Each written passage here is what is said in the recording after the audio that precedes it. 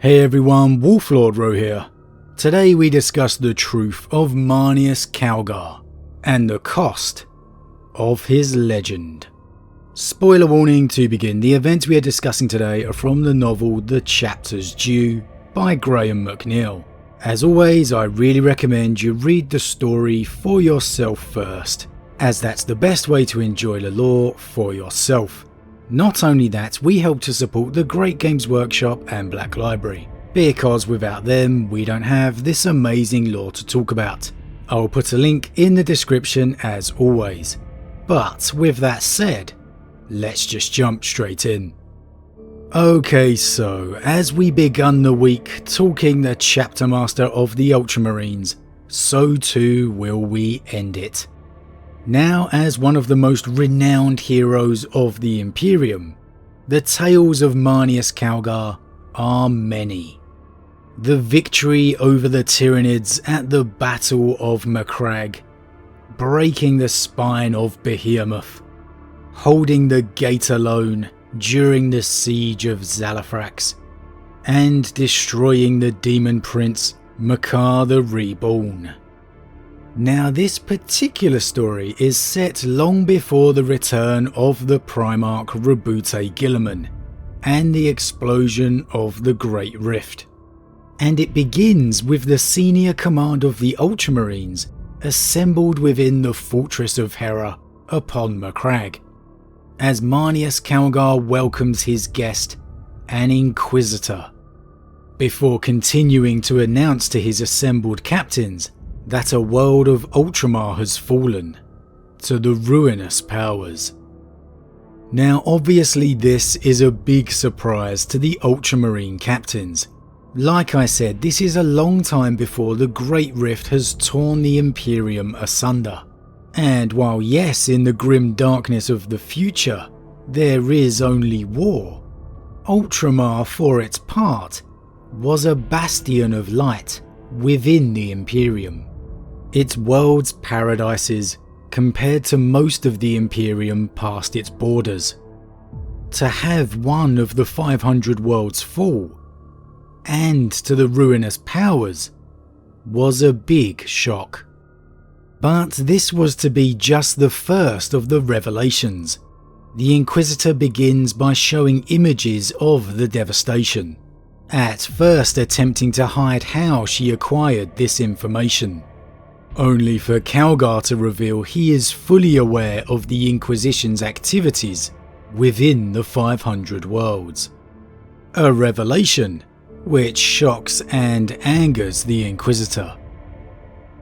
But their conversation continues, moving on to how the demons even reached the fallen world of Tarentus in the first place. "What is that?" asked Ippatus. "A space hulk?" "No," said Marneus Calgar, and Uriel detected a hint of remorse in the chapter master's voice. "It is something altogether worse." "Worse than a space hulk?" said Sicarius. "That's something I'd like to see." "No, you wouldn't," said Uriel, remembering the horror of razored claws reaching out of the darkness of the death of virtue. "Trust me." Sicarius gave him a bitter stare, but said nothing. The captain of the second had been one of the most vocal in condemning Uriel after the Tarsis Ultra campaign, and also the most reluctant to accept him back within the fold after the completion of his death oath. The recent war on Pavonis had fully restored Uriel's captaincy, but there were some who still felt his return was something to be regarded with suspicion. "It's not a space hulk," said Captain Galenus of the 5th, his anger simmering just beneath his skin. "It's the Indomitable." "The Indomitable," said Ippatus. "How is that possible?"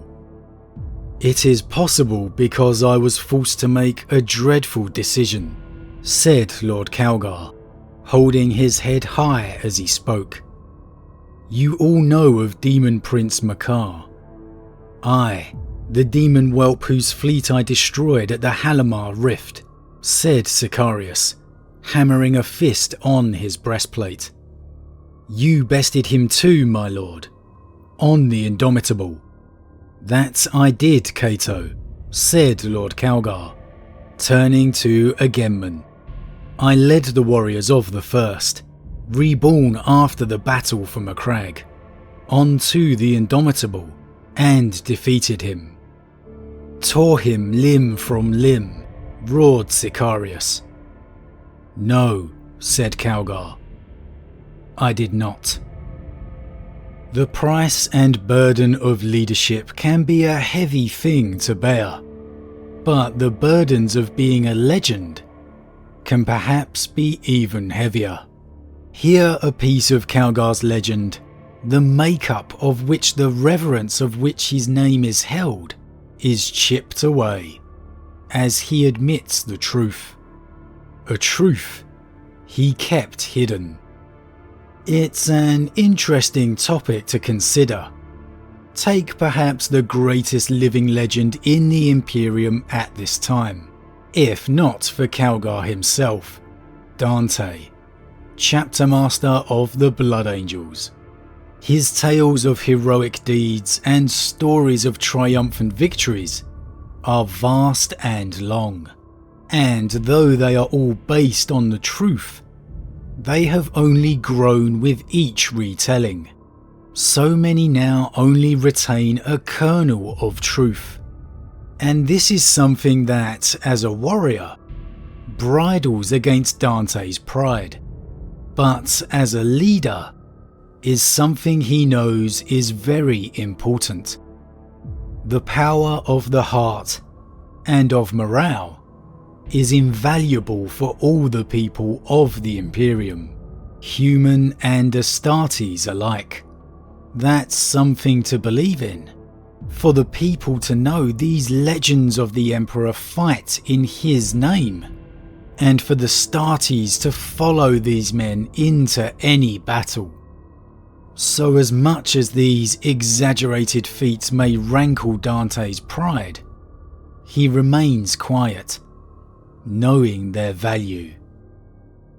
Whereas here with Calgar, we see the effect of it being revealed, although there does appear to be a big difference. Whereas Dante remains quiet as his deeds are exaggerated over time, it appears Calgar actually lied about destroying the demon. "How can that be?" demanded Galenus. "Lord Calgar, you returned from the Indomitable with tidings of the demon's death.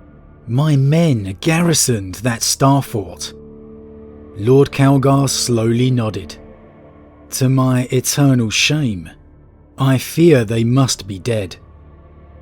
Olantor, Decimus, Sabatina, and even venerable brother Altarian," he said, turning to address his captains. "With the aid of the Inquisition, I was able to defeat Makar, but I could not destroy its essence. To do so would have required strength not even I possess. In the end, all that could be done was to bind its essence to the heart of the Starfort's warp core, a prison that pulled tighter with every raging attempt to break it open. The Indomitable was set to hurl itself into oblivion, to vanish forever in the depths of the warp.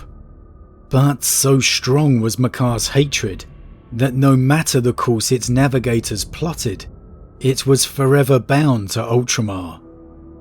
That's why it was always guarded, said Galenus, the loss of half his company almost too much to bear. You couldn't get rid of it, so you had to keep watch on it.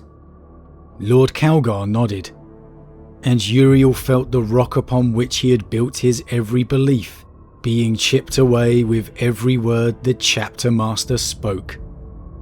The destruction of Makar was part of Lord Calgar's legend, an inspirational tale told to recruits to fill their hearts with fire and ambition.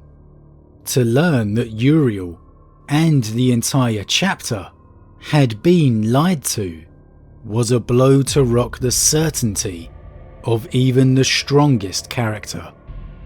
Looking around the courtyard, Uriel saw the hurt in every warrior's face. The notion that an Ultramarines warrior, as revered as Lord Calgar, could have broken faith with truth was as shocking as it was unimaginable. Man, just look at the effect this revelation of the truth is having on the Ultramarines here. To even a captain such as Uriel, as it feels Calgar's legend is unravelled before their very eyes.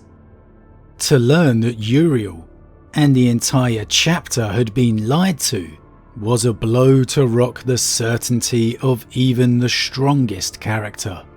Uriel saw the hurt in every warrior's face. Now it is worth mentioning that Calgar does redeem himself by eventually banishing the Demon Prince due to the timely arrival of Sicarius and Uriel.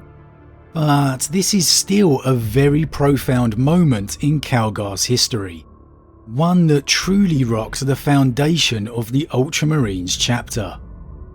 I'd absolutely love to know Guilliman's reaction when he read of this after his return, if he even does know of it. I have no doubt he'd understand the embellishment of legends, but what of the lie? Would he understand that? He certainly never understood his father's lying, that's for sure. But what of being a leader himself? Would he buy it? For me, it's the lie that I just don't understand. The embellishment of legends I get, and I absolutely see the merit of it. But this is different, at least to me. Calgar actively lied about destroying Makar, even leaving men of the chapter aboard to keep it imprisoned. The more I think about it, the more I feel like Uriel, feeling the legend being peeled away. Does it really make a difference telling them the demon's imprisoned rather than destroyed? At least the chapter command. Why lie to them? That's something I just don't understand. But I guess if the secrets of all the Imperium's heroes were laid bare, we'd probably wonder if the Imperium had any heroes at all. The world of 40k, always shades of grey as opposed to white and black. As much as I love Dante, as much as I love my wolves, the Ultramarines will always be my first love, the first codex I had, and the faction that got me into the hobby in the first place. And nobody represented that more than the legend of Calgar himself. I'll definitely still be going with his awesome model when I finally get around to starting an Ultramarines force. But this, I have to admit, was a very different look to the legend we have always known. But as always guys, what do you think? Why do you think Calgar lied about destroying the demon? Why not just tell his chapter? Or at least his captains? Is it the same as the embellishment of legends? Or is it something else? And when you learned of it, did it make you view Calgar any differently? As always, leave your thoughts in the comments below, I love to read them. Huge thank you to all my subscribers, your support truly means a lot to me, it really does. And if you're new, please consider subscribing to help the channel grow. And if you enjoyed this particular vid, then why not drop a like on it too. But with that said, I am off, and I'll see you all again real soon.